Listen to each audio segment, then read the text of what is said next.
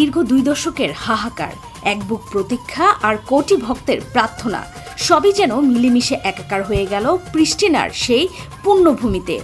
ঘড়ির কাঁটা যখন ম্যাচের শেষ বাঁশি ছিল, তখন কসোভোর আকাশ চিরে লাল সাদা উল্লাসে ফেটে পড়ল তুরস্ক।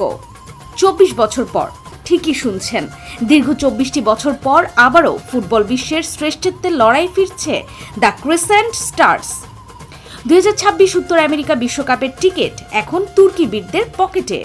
ইতিহাসের পাতা উল্টালে আমাদের ফিরে যেতে হবে 2002 সালের সেই রূপকথার জাপানে। সেবার সেমিফাইনালে ব্রাজিলিয়ান জাদুকর রোনালদোর কাছে স্বপ্নভঙ্গ হল দক্ষিণ কোরিয়াকে হারিয়ে তৃতীয় স্থান দখল করেছিল সেনল গুনেসের শিষ্যরা। তারপর কেবলই শূন্যতা, প্রজন্মের পর প্রজন্ম পার হয়েছে, কিন্তু বিশ্বমঞ্চের দেখা মেলেনি। অবশেষে 2026-এ নিজেদের তৃতীয় বিশ্বকাপ খেলতে নামছে তুরস্ক। এবার তাদের সামনে নতুন ইতিহাস গড়ার হাতছানি। এই মহাকাব্যিক প্রত্যাবর্তনের নেপথ্য কারিগর এক ইতালিয়ান মাস্টারমাইন্ড, ভিনচেনজো মন্তেলা। 2023 সালে দায়িত্ব নেওয়ার পর দলকে খোল নলচে বদলে দিয়েছেন তিনি।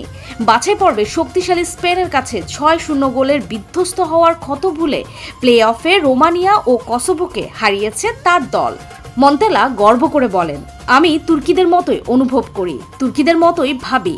আর তার এ দর্শনে আর্দা গুলের আর কেনান ইলদিজের মতো তরুণ তুর্কিরা আজ বিশ্বজয়ের স্বপ্নে বিভোর।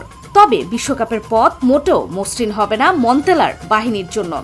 গ্রুপ ডিতে তাদের সঙ্গী হয়েছে শক্তিশালী অস্ট্রেলিয়া, দক্ষিণ আমেরিকার লড়াকু দল প্যারাগুয়ে এবং অন্যতম আয়োজক দেশ মার্কিন যুক্তরাষ্ট্র।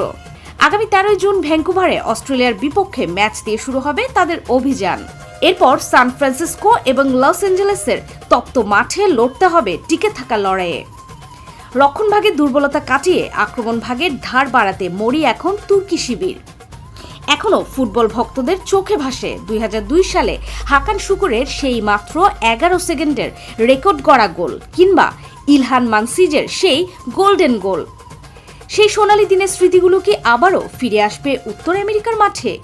আর দ্য গুলেররা কি পারবেন মানসিজ শুকুরদের উত্তরসূরি হয়ে তুরস্ককে আবারও বিশ্বমঞ্চের সিংহাসনে বসাতে? উত্তর দেবে সময়। তবে আপাতত এটুকু বলা, ওয়েলকাম ব্যাক তুরস্ক। ল্যাটিন বাংলা।